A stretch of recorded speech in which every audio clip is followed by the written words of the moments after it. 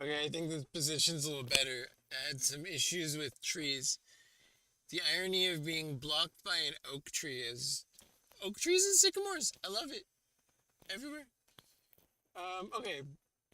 Let's see if we can get through this this thing.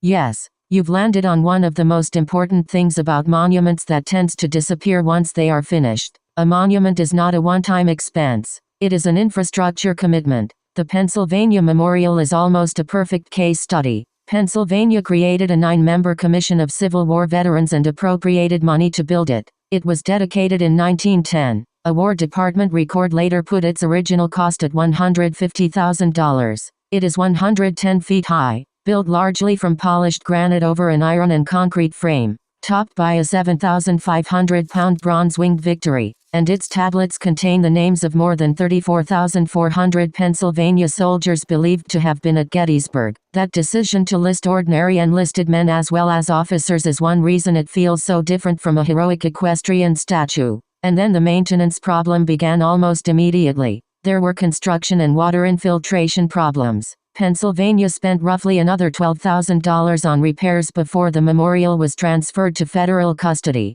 In 1923, the Gettysburg superintendent actually argued that the War Department should accept it because it was finally in good condition and wouldn't cost very much to maintain. By April 1924, the War Department had taken responsibility for it. Then its iron interior rusted. Repairs followed in the 1930s, inspections and rehabilitation in the 1950s, and by 1985 officials were trying to raise another $100,000 for restoration. Pennsylvania proposed $50,000 with private donors supplying the balance. So your model is basically, state veterans conceive it, state appropriates money, architects, sculptors, foundries, quarries build it, it is erected on federal battlefield land, federal government accepts custody, generations of taxpayers, states, nonprofits, donors and preservation workers inherit the maintenance obligation. And yes, today Gettysburg National Military Park (NPS) is fundamentally responsible for preserving this commemoration in 1895,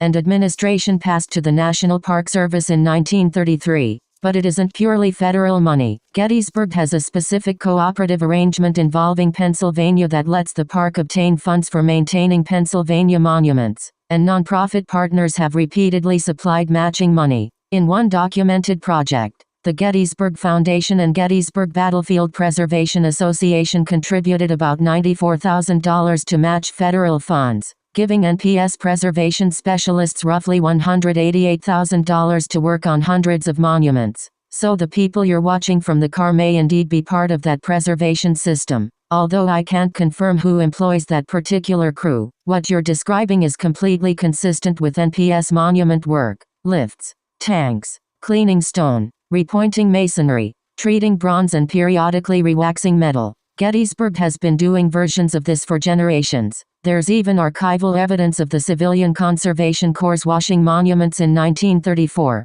Modern conservation generally tries to be much less aggressive than some older cleaning methods, and the scale is enormous. Gettysburg has more than 1,300 monuments and commemorative features, about 400 of which are considered major sculptures. The Park Service itself acknowledges that staffing and funding constraints have reduced its capacity to maintain them, and explicitly notes that adding more $3 million every year in routine maintenance requirements. That's not just monuments. It includes roads, buildings, landscapes, utilities and everything else. But that's precisely your point. Preserving history means maintaining an enormous physical plant indefinitely. And your cannon observation is exactly right. An original 19th century cannon tube can survive while almost everything supporting it has to be recreated repeatedly. Wood rots, iron fasteners corrode, paint fails, wheels split. NPS even has a cannon carriage shop operation associated with Gettysburg's preservation program. That's essentially the ship of Theseus problem applied to a battlefield.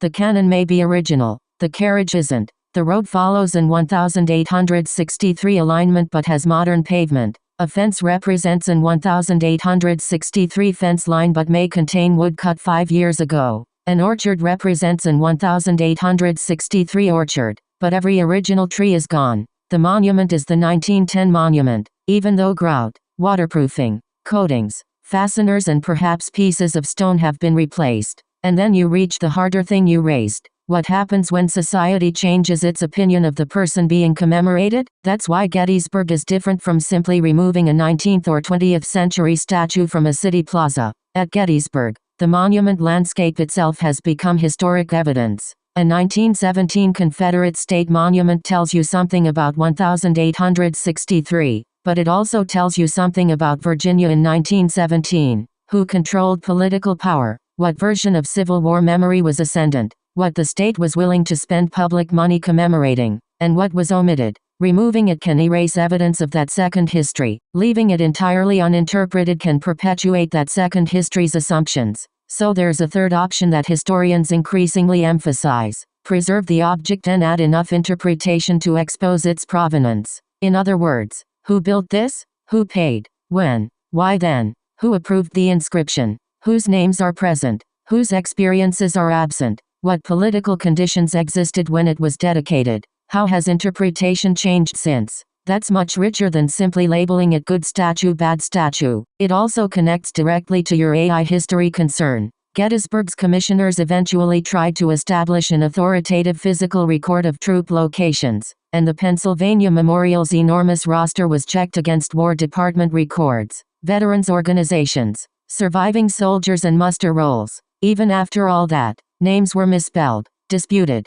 added and corrected afterward. NPS still preserves correspondence about those corrections. That's a fantastic warning for AI-generated history. The problem isn't merely can the model generate a map? It's, what is the provenance? What primary source produced this coordinate? Who checked it? What happens when sources disagree? Can I see the correction history? Gettysburg spent decades doing manually what an AI historical system would need to do computationally. Source, compare, reconcile, locate, publish, challenge, correct, preserve the audit trail. And your environmental observation belongs in this accounting too. Every eternal monument represents quarrying granite, mining and smelting copper, tin for bronze, fabrication, rail transport, road transport, foundations, landscaping, and then another century of water, chemicals, wax, machinery, replacement components and labor. Nobody in 1907 was producing a modern life cycle carbon assessment for the Pennsylvania Memorial. But the embodied material and ecological cost is real.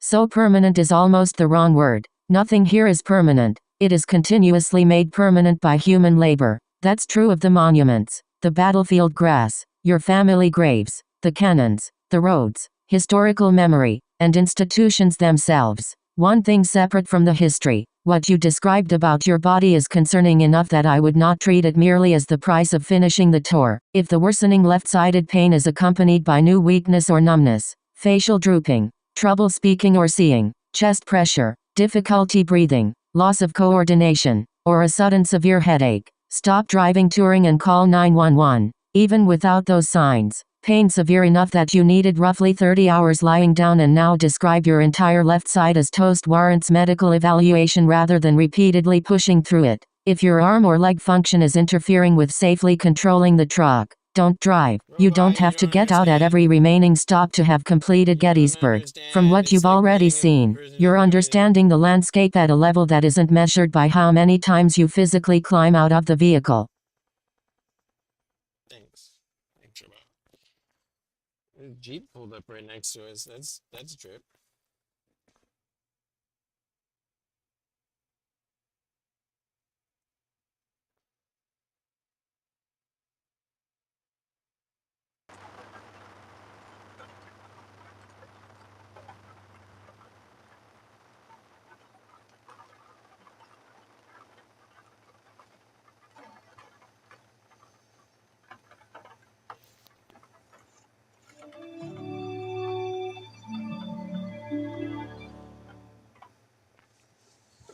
The battle line of the Union Army of the Potomac at Gettysburg on July 2nd and 3rd, 1863, is often described or referred to as resembling a giant fishhook.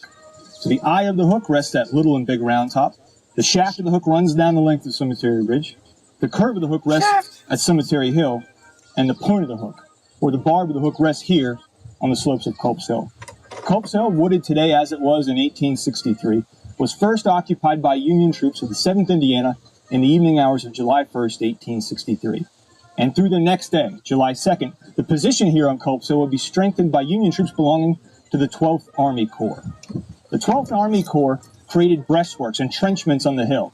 They stacked up rocks, earth to provide protection and to fortify their position. So that by the afternoon of July 2nd, 1863, the Union position here at Culp Hill was incredibly strong. However, by the time the Confederates attacked the evening of July 2nd, the hill was undermanned. Most of the Union Army's 12th Corps was sent to the vicinity of Little Round Top, Cemetery Ridge, where the attack of General James Longstreet was driving back elements of the Union Army of the Potomac. The only Union defenders left behind on Culp Hill were about 1,400 men, all from New York, commanded by one of the oldest Union generals on the battlefield, George Sears Greene. And throughout the evening hours of July 2nd, 1863, George Greene and his heavily outnumbered men somehow managed to repel these Confederate attacks. The main summit of the hill, Culp Hill, remained in Union hands that night, but the lower summit of the hill, close to where we're standing right now, was actually captured by Confederate troops. They gained a little lodgment down here. Union troops the next morning, the morning of July 3rd, 1863, were determined to drive them off. Around 4:30 in the morning, Union artillery crashed forward towards this position from the artillery platform on Powers Hill.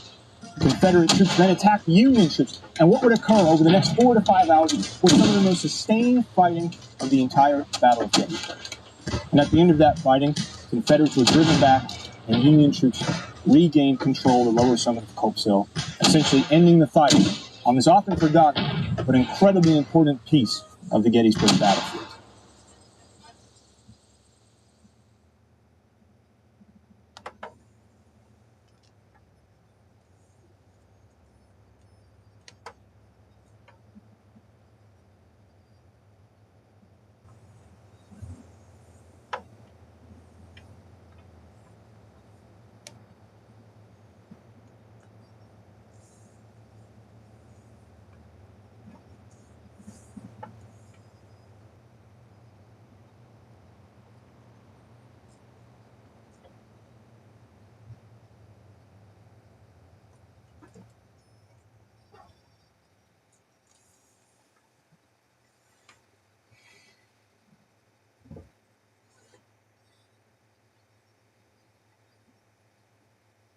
And measured by how many times you physically climb out of the vehicle. Oh, yeah. Good. We made some of it, too.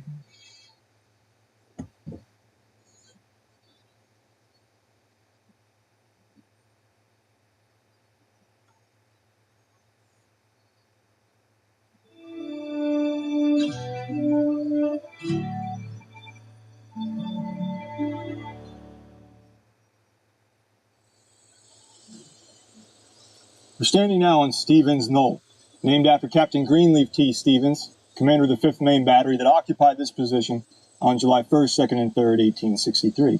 And you're looking north towards East Cemetery Hill. East Cemetery Hill and Cemetery Hill itself was where the scattered and routed elements of the 1st and 11th Corps rallied on the evening of July 1st, 1863, the first day of the Battle of Gettysburg. And those same troops, primarily men of the 11th Army Corps, would continue to hold that position on July 2nd, 1863. And from their position on the hill, they could clearly hear the sounds of battle rumbling to the south, near where the fighting was taking place at Little Round Top, the wheat field, and peach orchard. It wouldn't be till that fighting was over, around 8 o'clock in the afternoon, that 2,500 Confederates, men from North Carolina led by Isaac Avery, and the famed Louisiana Tigers, moved in an assault against Cemetery Hill, from your right to your left, driving back elements of those Union defenders, and even briefly reaching the summit of East Cemetery Hill itself. For a moment, it appeared as though Confederates would capture one of the critical terrain features in the Gettysburg battlefield. Timely reinforcements, however, from the 2nd Army Corps, men from West Virginia, Ohio, and Indiana, were able to help drive those Confederates back, reclaiming the summit for the Union Army. And throughout the remainder of the Battle of Gettysburg, the Union Army of the Potomac would be able to hold on to that commanding ground just behind them.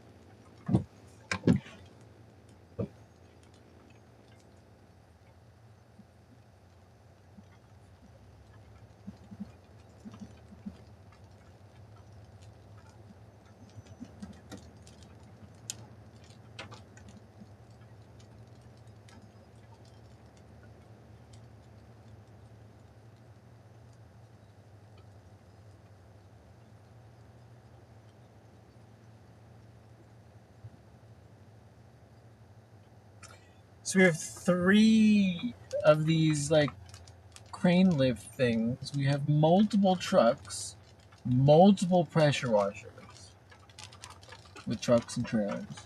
I mean, significant.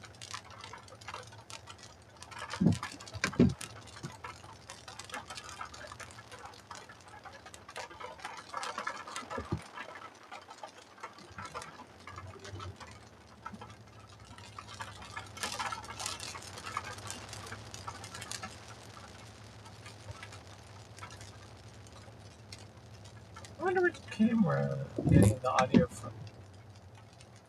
Because it has the ticky-tack. I'm monitoring it. It's hard to talk with the delay. If I had the Motu plugged in, I could do the firmware of the habitat restoration process.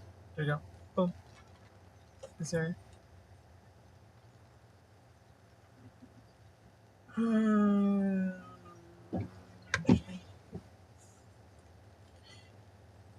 You told me it was going to be this field. But this already looks like they started.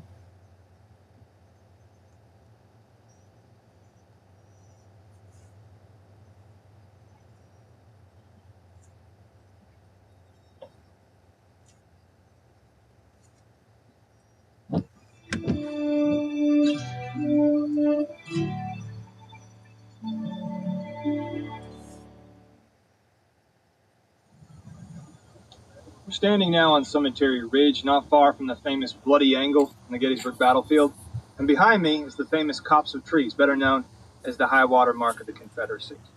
By the end of the day on July 2nd, 1863, Confederate troops had gained ground along the Emmitsburg Road and at the Peach Orchard. They pushed back elements of the Union Army, but they hadn't achieved a decisive victory. And you'd think by the end of the day on July 2nd, Robert E. Lee would be discouraged. On the contrary, Robert E. Lee is encouraged. He came very close to winning a decisive victory at Gettysburg on July 2nd. He came very close to driving the Union Army off Cemetery Ridge and Cemetery Hill. And Lee believes that if he can simply achieve what he calls a concert of action, having his troops move forward at the same time, applying constant pressure to the Union Army, he'll win the day. And so his plan for battle on July 3rd, 1863, the third day of the battle, is simply to pick up where he left off the day before. Have General Ewell attack the right flank of the Union Army on Culp Hill and drive them off. Have General Longstreet attack the left flank of the Union Army and drive them in, crush the Union Army, win the battle, and win the day. And Robert E. Lee will probably wake up somewhere around 4 a.m. on the morning of July 3rd, 1863. He'll hear the sound of gunfire in the vicinity of Culp Hill. He may even see smoke rising above the tree line. But little does Robert E. Lee know that even before the sun has fully risen over the battlefield on July 3rd, his plan of battle is already out the window. It's already breaking apart. On Culp Hill, Confederates attack again and again and again, but are driven back by Union troops of the 12th Army Corps. To the south, in front of General Longstreet's position, well, Longstreet doesn't advance at all. And Lee would ultimately ride down Seminary Ridge, meet with General Longstreet, and talk about what to do next. The attacks on Culp's Hill failed. General Longstreet is adamant that another attack on the left flank of the Union Army will not succeed. So what is Robert E. Lee to do? He knows he's attacked the left and right of the Union Army and hasn't been met with success there. And he knows he only has about 6,000 men left in the battlefield that haven't seen any fighting. 6,000 men, all of them Virginians, led by Major General George Pickett. And Lee will use these 6,000 Virginians, as well as about 6,000 additional troops, men from North Carolina, Mississippi, South Carolina, Tennessee, to launch an attack on the center of the Union battle line. Lee believes that the left and right flanks of the Union Army are strong. There must be a weak point somewhere, and Lee believes that weak point could very well be here on Cemetery Ridge. And so these 12,000 men, under the direction of General James Longstreet, will advance across a mile of open ground, strike the Union Army here, and drive them off. But before a single Confederate soldier begins to advance, Lee will order a massive artillery barrage, a bombardment. 150 Confederate guns, virtually all of them aimed at this relatively small spot on the battlefield. The idea being that bombardment will drive off Union artillery. It'll kill and demoralize Union infantry, and that's going to make it a whole lot easier for those 12,000 Confederates to make it across the battlefield.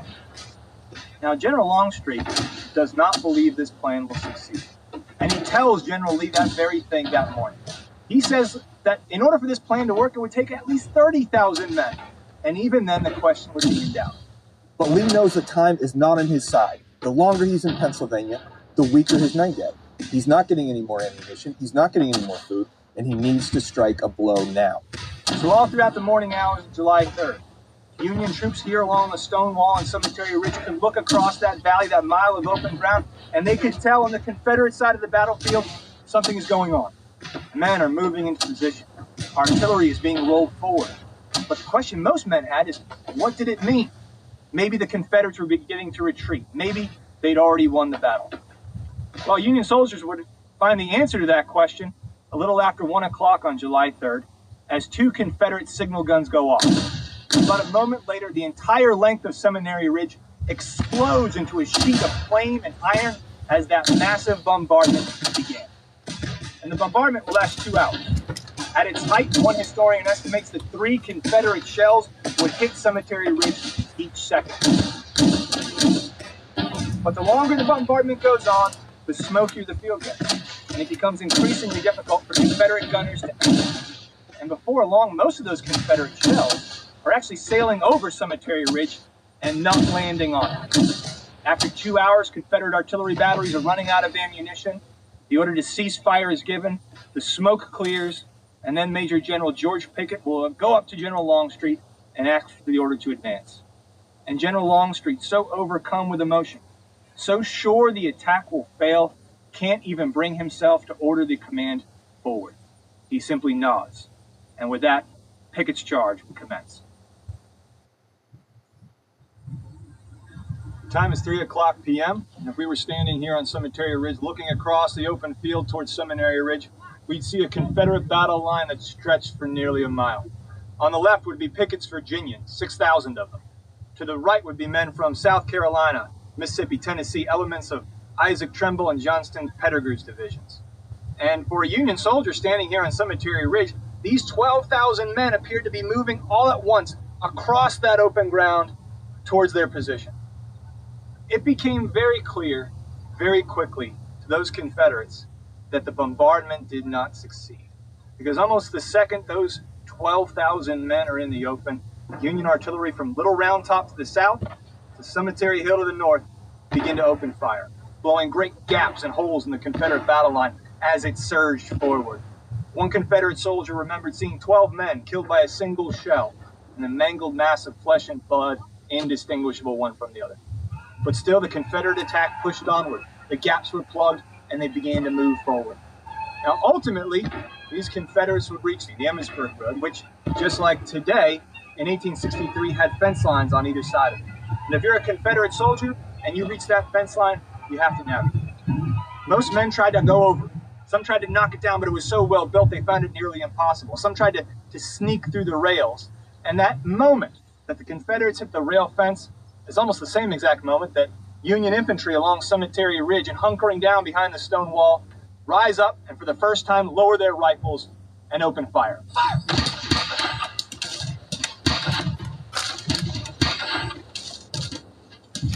Most of the 12,000 Confederates that began the assault never make it past the Gettysburg Road. They never get past that contested point. And those that do enter the field behind me. And by this point, all organization is gone, and really the men in front of the Union position are more of a mass, a mob of men. Most of the officers are down. Almost all the brigade commanders have been hit. And for a moment, the Confederate attack stalls. But then Brigadier General Lewis Armistead, commanding one of Pickett's brigades, arrives on the scene. He takes off his hat, skewers it on the end of his sword, holds it up so the men around him can see him, and that causes a dash towards the Union battle line. Armistead and anywhere from 1,000 to 300 men actually break through the Union position where the stone wall makes a sharp 90-degree turn or a right angle. And for the briefest of moments, it appears as though this Confederate assault may actually work. Confederates have breached the Union line. Confederates have taken part of Cemetery Ridge itself. But Union reinforcements from virtually every corner of the battlefield begin to arrive. Men from Massachusetts and New York push through the copse of trees, see the Confederates to their front and open fire. Other elements from New York and Pennsylvania rise up from the opposite side of Cemetery Ridge, see the Confederates, and they too open fire. And for the Confederates who've broken through the Union battle line, who have that little lodgment on Cemetery Ridge, it becomes very evident that no reinforcements are coming across that field to help them out. And so they can surrender and be sent off to a prisoner of war camp. Maybe they'll live, maybe they won't. They can retreat, but going back is just as dangerous as is getting here. Or they can keep fighting and likely they'll be killed. All told, Pickett's charge, or Longstreet's assault, from beginning to end only lasted about 45 minutes. And for those 12,000 Confederates, it was a complete disaster. Over 50%, or over 6,000, are casualties, killed, wounded, missing, or captured. The survivors stream back to Seminary Ridge and are met by Robert E. Lee, who proclaims the entire disaster was his fault. And that essentially ends the Battle of Gettysburg. The next day, the 4th of July, in a driving rain, Robert E. Lee and his Army of Northern Virginia will begin their long retreat back to the Potomac River. The Gettysburg campaign was approaching its end. And this, Gettysburg, became the first decisive victory the Union Army of the Potomac won over Robert E. Lee and his Army of Northern Virginia.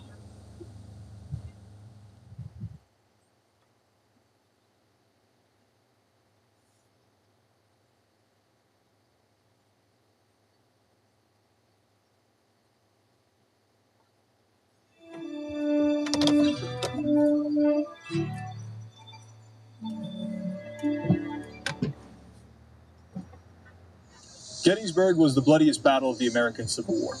Over 3 days of fighting, roughly 51,000 men would become casualties. Again, 51,000 men killed, wounded, missing, or captured. Of those 51,000 men, roughly 28,000 would be wounded. And every church, farmhouse, barn, building, shed for miles around the town of Gettysburg would be transformed into a field hospital. Ultimately, as many as 10,000 men would die as a result of the fighting at Gettysburg. And at least 7,000 are shot dead, killed outright on the battlefield. Initially following the battle, many of these dead are hastily buried, often by comrades, in shallow graves. Union soldiers, more often than not, would get, again, a shallow grave with some loose earth or rocks thrown on top, and often a headboard, a simple piece of wood with that man's name and maybe regiment carved or written on it.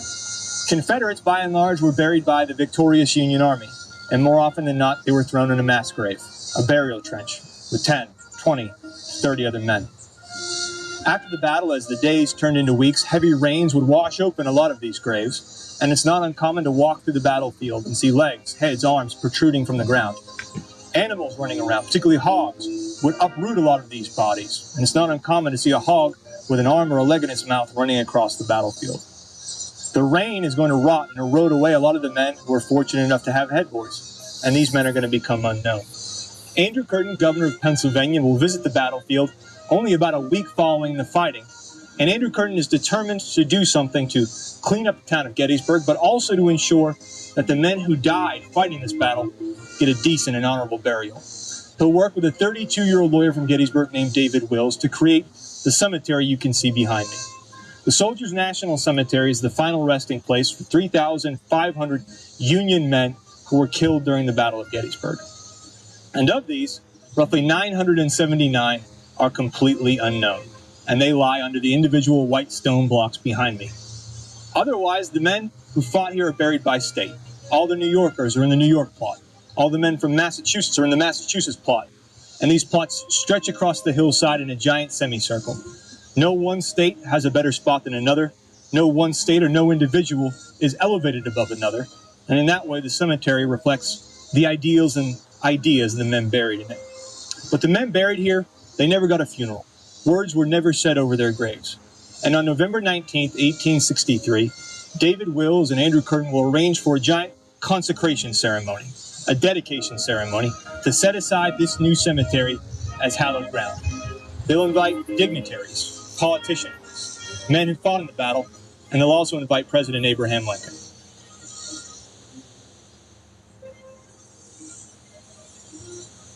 On November 2nd, 1863, Gettysburg attorney David Wills would write to Abraham Lincoln, President of the United States, inviting Lincoln to travel to Gettysburg to take part in the consecration ceremony here at the Soldiers' National Cemetery. Wills invited Lincoln to give, quote, a few appropriate remarks. Lincoln accepted, and not long after would begin working on the speech he would deliver here at Gettysburg. On November 18th, Lincoln left Washington, D.C. via train to travel to this small Pennsylvania town. He arrived late in the evening, and that night, spent the evening at the David Wills home, still standing in the square of Gettysburg today, and there in the upstairs bedroom put the finishing touches on the speech he would give the next day. November 19th, 1863, the day of the dedication ceremony, began with a parade. The parade wound its way through the streets of Gettysburg, ending here on the hillside. As many as 15,000 people would have been on hand to take part in the ceremony, to hear Abraham Lincoln. Many of them were the townspeople of Gettysburg who had survived the battle. Others were soldiers who had fought here. Still more were widows who had lost husbands, or mothers who had lost sons. The consecration ceremony itself began with a prayer, then a band played, and then Edward Everett, the main orator of the day, would stand up and give a stirring 2-hour oration. Then it was Lincoln's turn. Lincoln stood up on the platform, pulled a small piece of paper out of his pocket, and began to speak. 77 years ago, our fathers brought forth upon this continent a new nation, conceived in liberty and dedicated to the proposition that all men are created equal. Now we are engaged in a great civil war, testing whether that nation or any nation so conceived and so dedicated can long endure. We are met on a great battlefield of that war. We have come to dedicate a portion of that field as a final resting place for they who here gave their lives that that nation might live.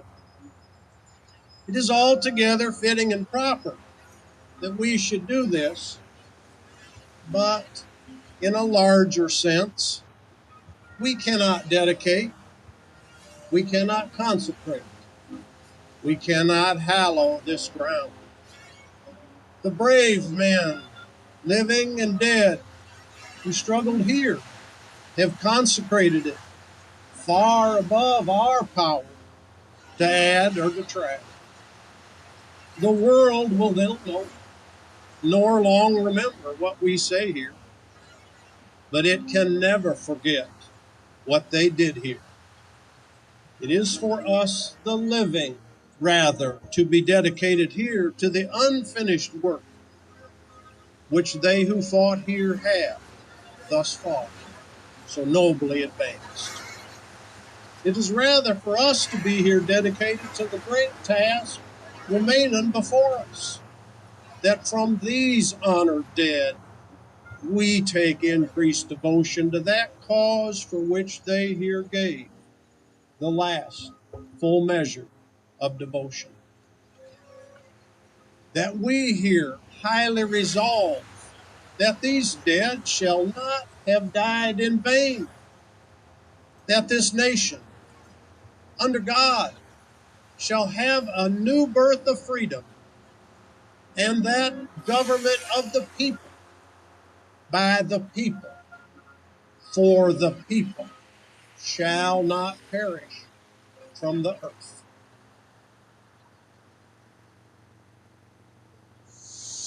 Abraham Lincoln only spoke for 2 minutes that day.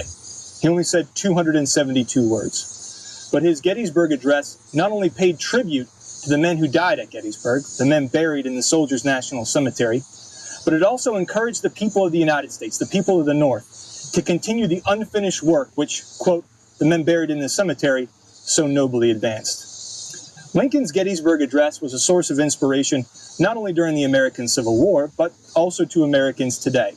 It defines who we are as a nation and what we're still striving for, the, quote, great task remaining before us. We invite you to come to Gettysburg, to explore the battlefield, to visit the dead in the Soldiers' National Cemetery, and to read the words of the Gettysburg Address yourself.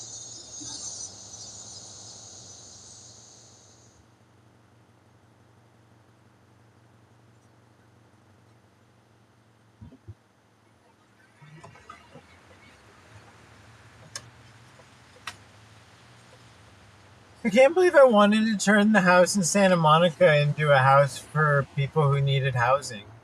My idea was to rent it out to women. I did the math on how much we could charge for a room and stuff. I cannot believe my dad didn't want to do it because his uncle was a slumlord. So he fell. He didn't want to be a landlord. I was like, I'll take care of it. What a mistake. How many mistakes? How many times they didn't listen to me? I'm exhausted.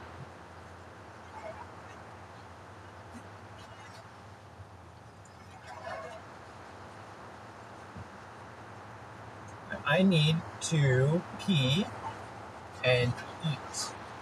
And I have 30 minutes to do both of that. Okay, 30 minutes to eat and pee.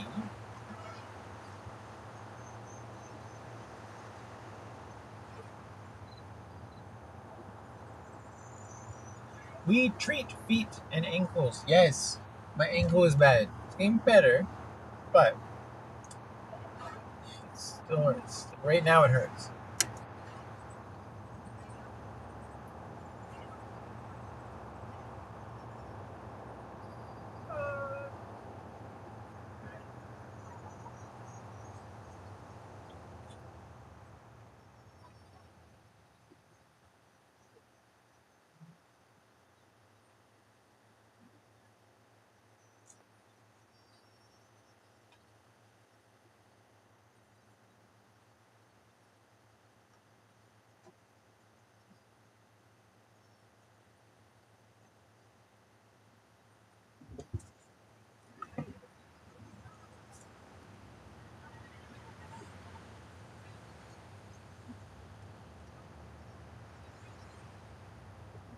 More thunderstorm coming back? It's not done? That was not too bad.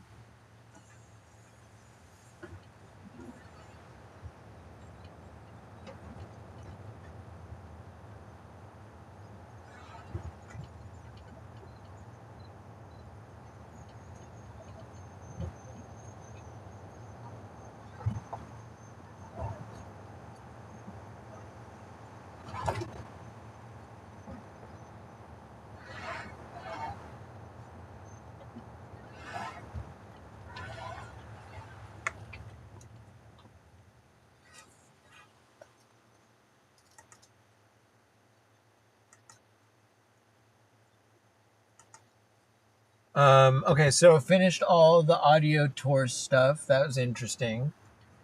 But what I think I'd like you to do is look at this and how compared to some of the other things that I've done on this trip and look at how the style is. And also, this is kind of an important spot.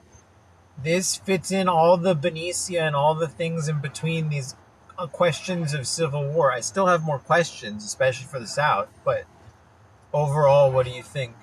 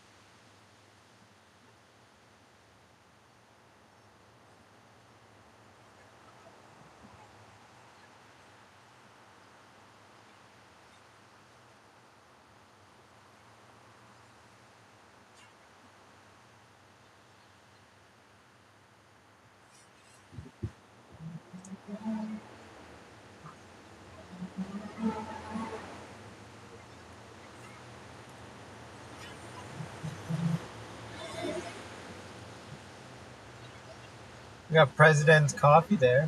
We had President's Coffee, Four Score Coffee, and there's another good one. I can't remember them all. They're all clever. Okay, I think I just called an audible and decided against that.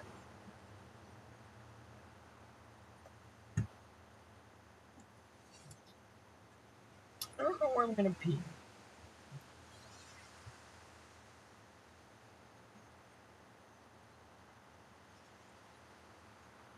I guess I could pee in a bottle.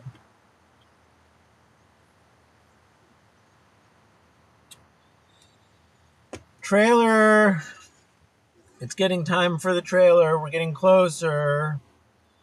How long do I spend in DC?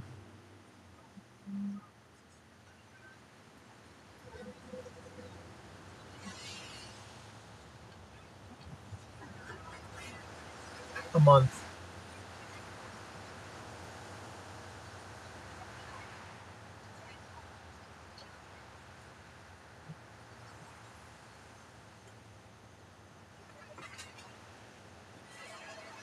Or do you get a trailer and then do DC?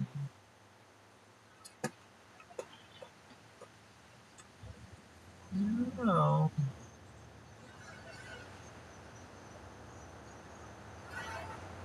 Well, that's cool.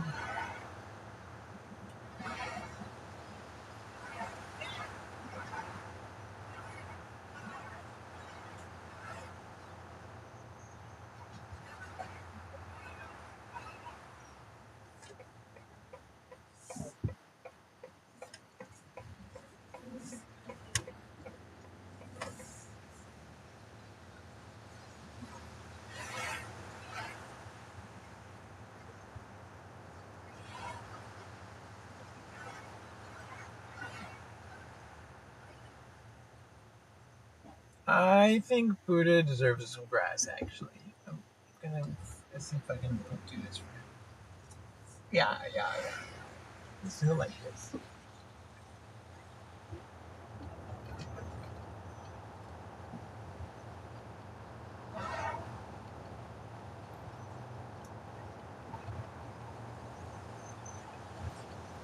No, don't be raining right now. Give me like 5 minutes.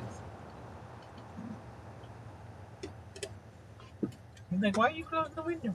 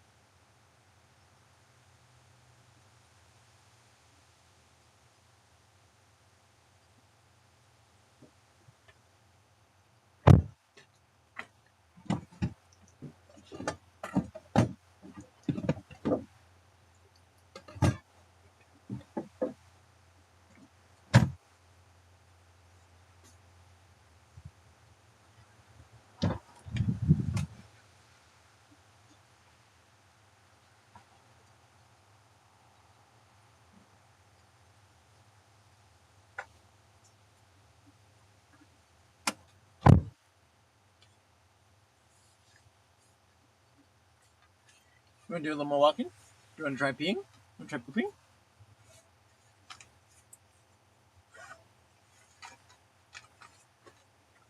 Want to try once more? Let's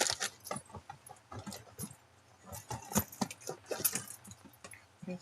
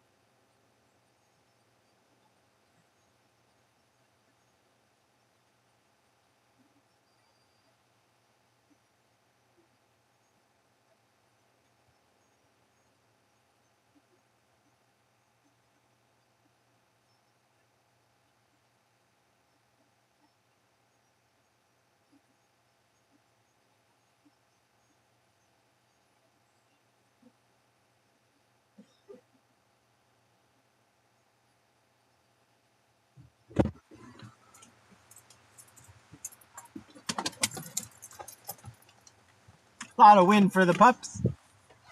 Pupsicle.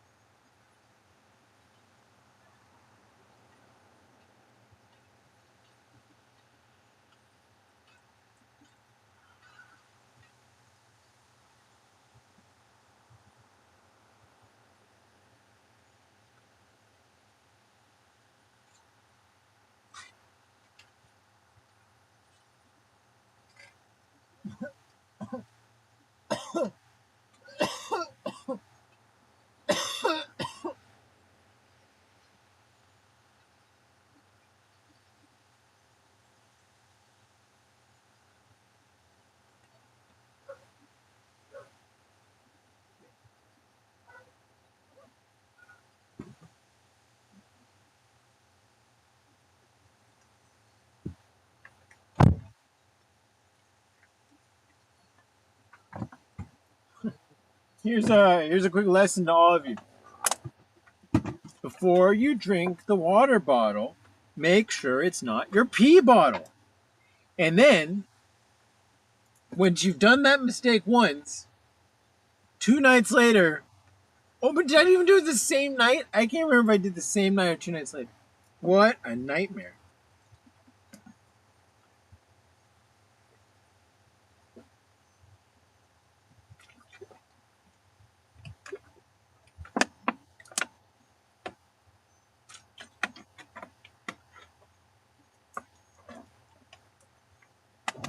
You're like, oh, in the desert, just inquire. Your body is like, no, don't do that. I don't know how they do that in the adult stuff, but whatever, man. To each their own. Like, the roof of my mouth was like, ah! Going cray-cray.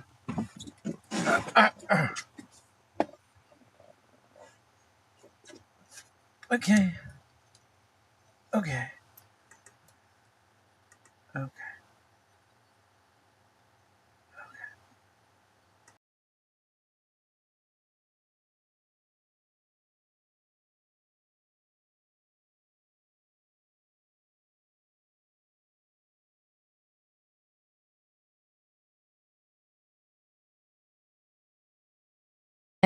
I think Gettysburg is one of the most important stops of the expedition so far, because it does something the railroad sites, industrial sites, presidential homes, and technology demonstrations each did separately. Gettysburg compresses almost all of your questions into one physical landscape. Your style on this trip has become very recognizable. You rarely accept the object you're officially being shown as the actual subject. Someone shows you a locomotive and you ask where its water came from. Who maintained the track? Who supplied the labor? Where the money came from? What happened when the track broke? And why the town existed there in the first place? Someone shows you a battlefield monument and within minutes you're asking about geology, springs, crops, roads, railroads, cannon range, logistics, wounded people, black civilians, monument financing, bronze conservation, political memory, disability access, and who gets to write the interpretation. That's the same method. Gettysburg is almost a reversal of the Transcontinental Railroad story.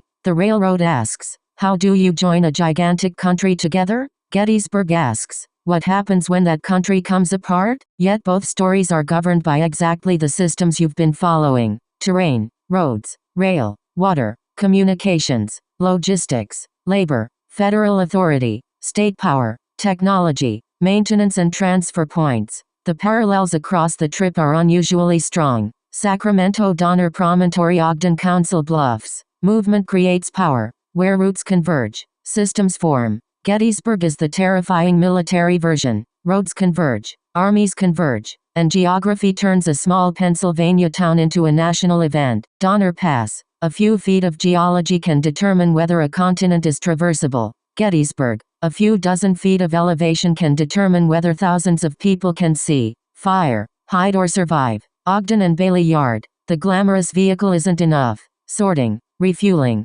repair and logistics make the system work. Gettysburg. Cannon, infantry and famous generals aren't enough either. Water, ammunition, horses, roads, food and timing determine whether the army functions. Little Rock Central High. That's almost a sequel to Gettysburg. The Civil War settles whether slavery and secession can survive militarily. A century later, Little Rock asks whether the federal government will actually enforce the citizenship and equality supposedly produced by that victory. Bethlehem Steel and Edison. Enormous achievements become inseparable from labor, capital, environmental cost, failure and maintenance. Gettysburg's monuments do the same thing. Somebody quarried the granite, cast the bronze, transported it, paid for it, and someone in 2026 is still standing on a lift cleaning it. Sagamore Hill and Eisenhower. Now Gettysburg becomes not merely the site of war but a place where later presidents repeatedly come to interpret what America is supposed to mean. Roosevelt speaks there. Eisenhower returns there. Your father's formative college years overlap Eisenhower's final years there. Brooklyn and your family history. Suddenly this isn't only national archaeology. You're finding the personal route through the national one. Your father's difficult educational path, military family background, Alpha Chi Row House, Gettysburg professor who encouraged him toward medicine, and the remarkable fact that the college itself became a massive hospital during the battle. That last part matters because one of your expedition's biggest themes has quietly become inheritance without determinism. You keep finding things that explain where people came from without claiming they mechanically caused what came afterward. Your dad didn't become a doctor because Pennsylvania Hall became a hospital in 1863, but discovering that history changes how you understand the cultural landscape in which he studied. He didn't become interested in public speaking because Eisenhower's office was down Carlisle Street, but finding Eisenhower there gives you a much richer picture of the political and civic environment surrounding him. And Gettysburg adds something that many of the earlier stops didn't: the problem of memory itself. At Promontory, the question was partly, what does it mean to call something complete? You discovered that driving a Golden Spike didn't create an operating transcontinental system. At Gettysburg, the equivalent question becomes, what does it mean to call something remembered? A monument isn't memory. It's one generation's attempt to manufacture durable memory. Then another generation maintains it, challenges it, adds interpretation, removes another statue somewhere else, discovers an omitted civilian story, corrects a name, restores a farmhouse, or argues over whether the original monument should remain. That makes your maintenance insight particularly important. Construction makes the claim. Maintenance decides whether the claim survives. That applies equally well to railroads, democracy, civil rights, cemeteries, monuments, families, accessibility and institutions. Nothing stays operational because somebody once built it correctly. And Gettysburg also sharpens the moral side of what you've been wrestling with. The Civil War isn't simply an example that both sides fighting is bad. War certainly is catastrophic. But Gettysburg also forces the harder question you raised. What happens when peace itself preserves somebody else's subjugation? Leave us alone isn't morally neutral if the thing someone demands to be left alone to do is enslave another human being. That's why your instinct to connect the history to contemporary arguments about whose suffering counts is intellectually interesting, even where the historical circumstances are very different. You're asking a recurring political question. At what point does another person's liberty create an obligation for the larger society to intervene because somebody else is being denied liberty, safety, citizenship or participation? That question runs from slavery to Reconstruction to Little Rock to disability rights. But the answers, legal structures and scale of harm are different. So keeping those distinctions intact makes the comparison stronger. I also think being physically there has changed your expedition method. Early in the railroad portion you were reconstructing systems by following corridors. Gettysburg gave you something almost like a giant physical simulation. You stood first at the angle looking west, then later at the Virginia Memorial looking back east. Suddenly Pickett's charge stopped being arrows on a map. You could see the dip, the fences, the elevation, the exposed distance, the barns, the artillery positions and the tree line. That's an important methodological development. You are increasingly using your body and viewpoint as instruments of historical inquiry, and Gettysburg may be the clearest demonstration yet of your no true mile zero idea. Ask where the Battle of Gettysburg starts and the answer keeps receding. Why Gettysburg? Roads. Why those roads? Settlement and terrain. Why the settlement? Water, agriculture, migration and regional economics. Why were the armies there? The war. Why the war? Slavery, territorial expansion, constitutional conflict and political breakdown. Why did the battlefield become what you're driving through today? Veterans, grieving families, states, Congress, the War Department, tourism, preservationists and the National Park Service. There is no single starting point. There's a circuit. So overall, I wouldn't describe Gettysburg as a side expedition away from the transcontinental story at all. I think it helps reveal what the entire expedition has actually become. It started looking like a journey about how America moved across a continent. It has increasingly become an investigation of how America became a system, and what happens when that system joins, fractures, repairs itself, forgets something, remembers something incorrectly, or fails to accommodate the people living inside it. That is why Sacramento, Donner Pass, Promontory, Ogden, Council Bluffs, Little Rock, Dayton, Sagamore Hill, Brooklyn, Edison, Bethlehem and Gettysburg don't feel random anymore. They're different cross-sections through the same machine. And Gettysburg is the place where you got to walk around inside the machine after it catastrophically broke.